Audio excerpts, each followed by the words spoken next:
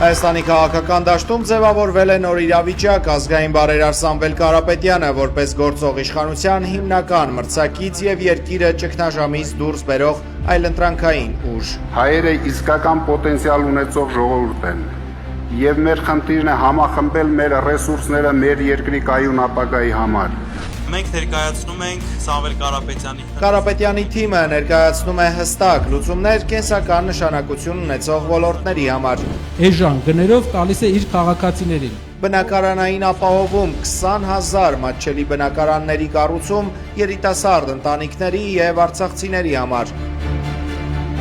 Յուղերում, համայնքներում մարդիկ տարիներով չեն գնում բժշկի, նրա համար, որ չեն կանխատեսում, չգիտեն, թե ինչ ծախսի տակ են ընկնելու։ Առողջապահություն, դեղերի շուկայի ազատականացում, գների կրկնակի նվազեցում եւ որակյալ եվրոպական դեղորայքի ներկրում։ Մենք պետք է դառնանք երկիր, որը արտադրում է, որը արտահանում է։ Սա մեր հավատանքն է։ Գյուղատնտեսություն, բերքի երաշխավորված մթերման համակարգի ներդրում յուղերից արտագաղթը կանխելու համար։ Ինչ հետագայում նաև կբերի ավելի բարձր շահույթների, ավելի մեծ վաճառքի։ Չնայած Սամվել Կարապետյանն արդեն ավելի քան 260 օր գտնվում է տնային կալանքում, նրա վարկանիշը շարունակում է աճել, սահմանելով ժողովրդականության նոր նշաձողեր։ Իրավապաշտպաններն ու փաստաբանական թիմը արձանագրում են քաղաքական հետապնդման փաստը, որը հաջորդել է բարերարի որոշմանը չողջունել եկեղեցու դեմ արշավը։ Ունենալու եմ անմիջական մասնակցություն, եթե չհաջողվի քաղաքական գործիչներին, ուրեմն մենք էլ մեր ձևով ենք մասնակցելու այդ ամեն ինչի։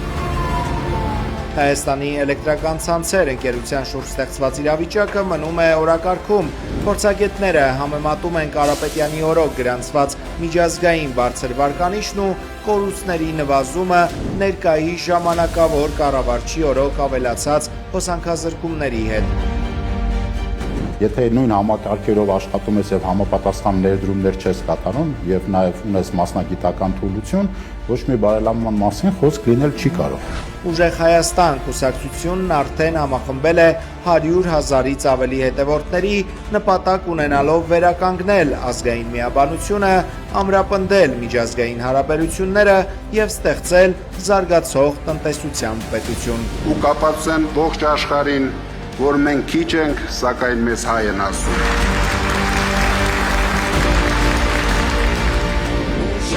Հայաստան,